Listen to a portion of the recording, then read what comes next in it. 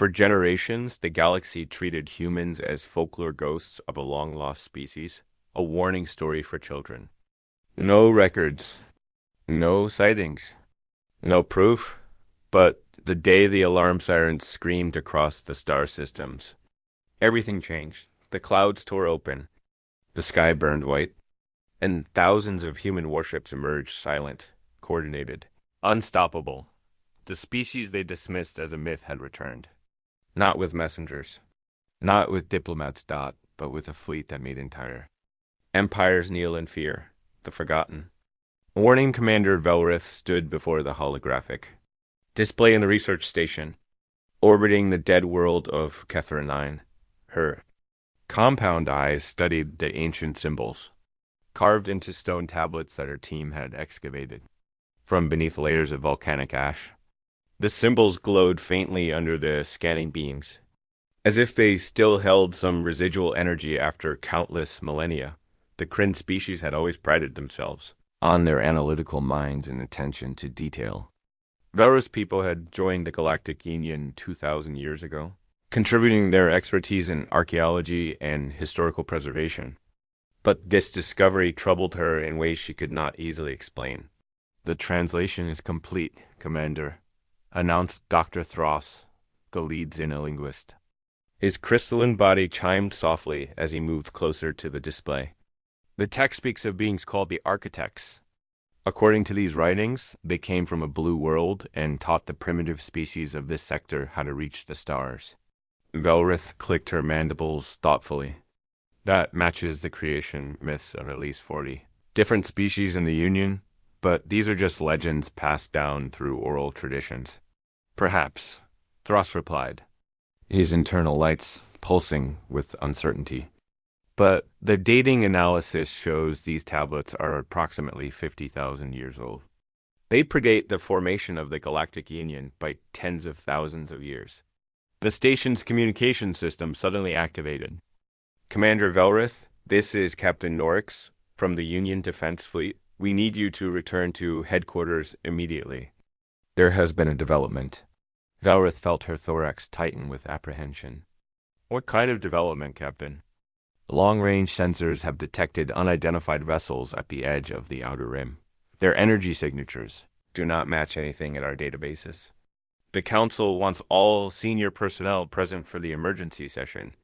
3 days later, Velrith stood in the Grand Council chamber on Union Prime, the capital world of the Galactic Union. Representatives from dozens of species filled the amphitheater-style room, their voices creating a cacophony of concern and speculation. The holographic display at the center showed sensor data from the mysterious vessels. High Counselor Zareth, an elderly member of the long-lived Voxian species, called the assembly to order. His forearms gestured for silence as his gravelly voice echoed through the chamber. "Members of the Union, we face an unprecedented situation. 5 days ago, our border monitoring stations detected 17 vessels entering our territory. These ships do not respond to our hailing frequencies and do not match any known design in our comprehensive databases. Admiral Corvus, the grizzled commander of the Union Defense Fleet, stepped forward. His scaled reptilian features were set in a grim expression. "We have attempted peaceful contact protocols 47 times. Each attempt has been met with silence. However, the vessels have made no aggressive moves. They simply maintain position at the edge of the Tarvis system. Could they be automated probes from an unexplored region?" suggested one of the counselors. "Unlikely," Corvus replied. "The ships demonstrate complex maneuvering patterns that suggest intelligent control. They are also massive, each one measuring approximately 3 kilometers in length. We estimate they possess technology at least 500 years more advanced than our own." Velrith raised one of her forward appendages. "High Counselor, permission to speak?" Zareth nodded. "Commander Velrith, you have the floor." "During my recent expedition to Kethra 9, my team discovered ancient texts that speak of beings called the Architects. These texts describe species that helped younger civilizations reach the stars. The descriptions mention beings from a blue world who possess technology far beyond anything known at the time. The chamber erupted in murmurs and exclamations. Zareth's eyes narrowed as he studied Velrith carefully. Commander, surely you are not suggesting that these legends have any bearing on our current situation? I am suggesting, High Counselor, that we should not dismiss the possibility. Every major species in the Union has similar myths about benevolent teachers from the stars. What if these stories are not myths at all, but historical records that have been corrupted over time? Admiral Kovas made a dismissive gesture. Fairy tales and children's stories. The architects are no more real than the ghost fleets of the void or the singing stars of Peluria. But Velrith noticed something troubling. Several of the oldest counselors, those whose species had been founding members of the Union, exchanged quick glances that spoke of shared secrets. High Counselor Zareth's expression had become carefully neutral, which, in her experience, usually meant he was hiding something. High Counselor, Velrith pressed, I request access to the oldest historical archives. The sealed records from the Union's founding period. Those archives are classified for good reason, Commander, Zareth replied coldly. They contain sensitive information about the early conflicts that shaped our civilization. Before Velrith could respond, every screen in the chamber suddenly activated simultaneously. The image showed the bridge of one of the mysterious vessels, and standing at its center was a being unlike anything Velrith had ever seen. The creature stood upright on two legs, with two arms, and a face that was remarkably expressive despite having only two eyes. Its skin was smooth and varied in tone, and it wore a uniform of dark blue material. When it spoke, the translation, Matrix struggled for a moment before adapting to the unfamiliar language. Greetings to the Galactic Union. I am Ambassador Kareem of the Terran Expeditionary Fleet. I believe you know us by another name. You call us the Architects. We call ourselves humans, and we have returned. The chamber fell into absolute silence. Velrith felt her entire worldview shifting as she stared at the impossible being on the screen. The legends were real. The myths were history. And the humans had come back. Asterisk, the truth unveiled Ambassador Kareem stood calmly on the screen as chaos erupted in the council chamber. His dark eyes surveyed the assembly with an expression that seemed almost sad. As if he had expected this reaction but wished it could have been different. Please, calm yourselves, he said, his voice carrying an authority that somehow cut through the noise. We have not come to harm you. We have come because we are needed. High Counselor Zareth had regained his composure, though Velrith noticed his hands were trembling slightly. You claim to be the architects from our ancient legends. Forgive our skepticism, but we require proof of such an extraordinary claim. Kareem nodded. Of course. Allow me to share something with you. The display split, showing both Kareem and a series of images. Ancient star charts appeared, showing the locations of homeworlds for every species in the Union, but these charts were dated 50,000 years in the past, long before any of these species had developed space travel. We gave your ancestors the tools to reach the stars, Kareem explained. The Kryn received knowledge of crystalline computing matrices. The Voxians learned antimatter containment from us. The Throsians were taught how to manipulate gravitational fields. Every species in your Union benefited from human guidance during your developmental periods. But why? Velrith found herself asking. Why would you help us and then disappear? Kareem's expression grew even sadder. Because your founders asked us to leave. More accurately, they demanded it. Another image appeared, showing what looked like a massive space station. Velrith recognized it immediately as the ancient structure at the heart of Union space, the Foundation, which had supposedly been built by the first Union species working together. This station was not built by your ancestors, Kareem said quietly. It was built by humans as a gift, a place where young species could meet and learn from each other. But as your civilizations grew stronger, your leaders began to fear us. They worried that your people would become dependent on human help, that you would never truly stand on your own. High Counselor Zareth's face had grown pale. You are lying? Our history clearly states that the Foundation was constructed by the combined efforts of the founding species. Your history was rewritten, Kareem replied without anger. We have the original records if you wish to see them. The founding species came to us 50,000 years ago with a request. They wanted humanity to leave, to allow the younger species to develop with our influence. They feared we would become gods to your people, or worse, that your civilizations would never mature beyond our shadow. Admiral Corvus stepped forward aggressively. Even if this is true, why should we believe you mean no harm? You arrive with 17 warships and make demands based on ancient history. These are not warships, Admiral, Kareem said calmly. These are city ships, mobile habitats for human populations who have been living in deep space for millennia. We maintained our distance as promised, watching from afar to ensure the younger species could grow strong. But now we have returned because you are in danger. What danger? Demanded Zareth Karim's expression became grave. 3 months ago, your scientists on the research station Helios 7 successfully activated a prototype weapon based on quantum destabilization principles. Do you understand what you have done? The chamber fell silent.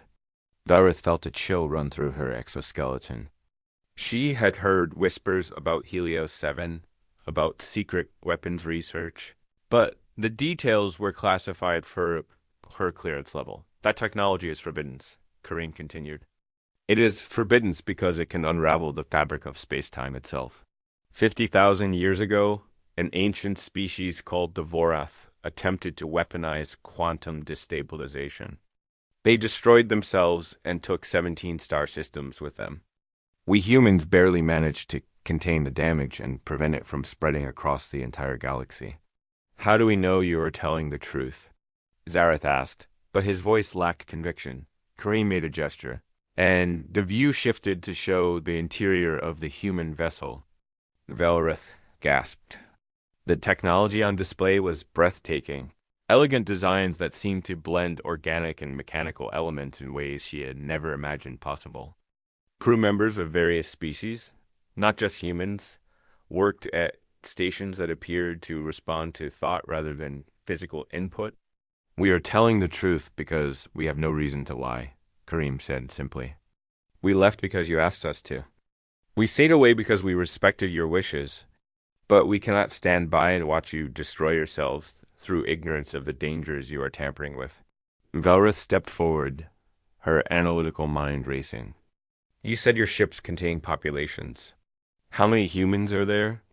Kareem smiled for the first time. Approximately 8 billion, spread across 200 city ships throughout the galaxy. We have been patient, Commander Velrith. We have been watching and waiting for the day when the younger species would be ready to meet us as equals rather than as students or subjects. And you believe that day has come? Zareth asked quietly. No, High Counselor. We believe that day is still ahead of you. But we also believe you need guidance before you accidentally destroy everything you have built. We are offering a new treaty, a treaty of renewal. We will share our knowledge of the dangerous technologies you are researching. We will help you understand the risks before you make irreversible mistakes. But we will not rule over you. We will not make your decisions for you. We will simply be what we always were, teachers and friends. The council chamber remained silent as the weight of Karim's words settled over the assembly. Velrith found herself thinking about the ancient tablets on Catherine 9, about the warnings carved in stone by civilizations long dead. The architects had not been conquerors or gods. They had been protectors, trying to save younger species from destroying themselves. High Counselor Zareth looked older than Velrith had ever seen him. When he spoke, his voice was heavy with emotion. The sealed archives contain the truth of our history, do they not? The real reason why the architects disappeared. Kareem nodded slowly. They contain the agreement your ancestors made with us. The promise that humanity would step back and allow you to grow on your own. We have kept that promise for 50,000 years. Now we ask that you consider a new arrangement. Admiral Corvus straightened his posture. And if we refuse, then we will leave again, Kareem said without hesitation. But first, we will disable the quantum destabilization project at Helios 7. We will not allow you to unleash something that could destroy half the galaxy, even if you hate us for the interference. After that, we will return to deep space and leave you to your own devices. But understand this, the universe is far more dangerous than you realize. There are threats in the darkness between galaxies that make our city ships look like toys. You are not ready to face those threats alone. Valrith felt a strange certainty settling over her. She looked at High Counselor Zareth and spoke clearly. I request permission to access the sealed archives. I believe the Council and all Union citizens deserve to know the truth of our history. Zareth looked at her for a long moment, then nodded slowly. Permission granted, Commander. It is time for the truth. 3 weeks later, Valrith stood on the observation deck of the human city ship. Called New Terra, the Treaty of Renewal had been signed after the sealed archives were opened, and the true history of the Galactic Union's founding was revealed to all.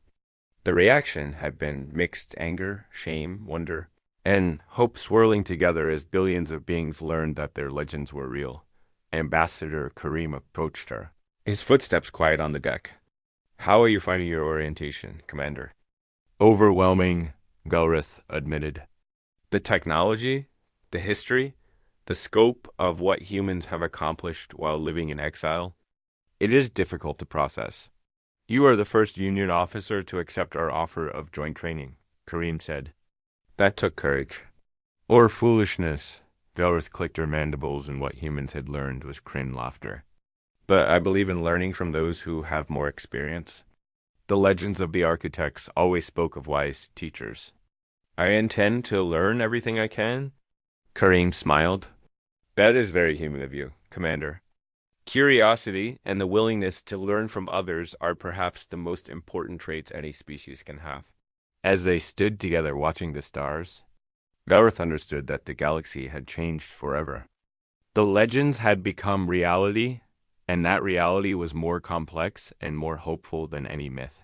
Humans had not returned as conquerors, but as partners who remembered when they had needed guidance themselves. The age of legends was over. The age of cooperation was beginning. And Valrith knew that she and her generation would be the bridge between the past and a future that would be written together.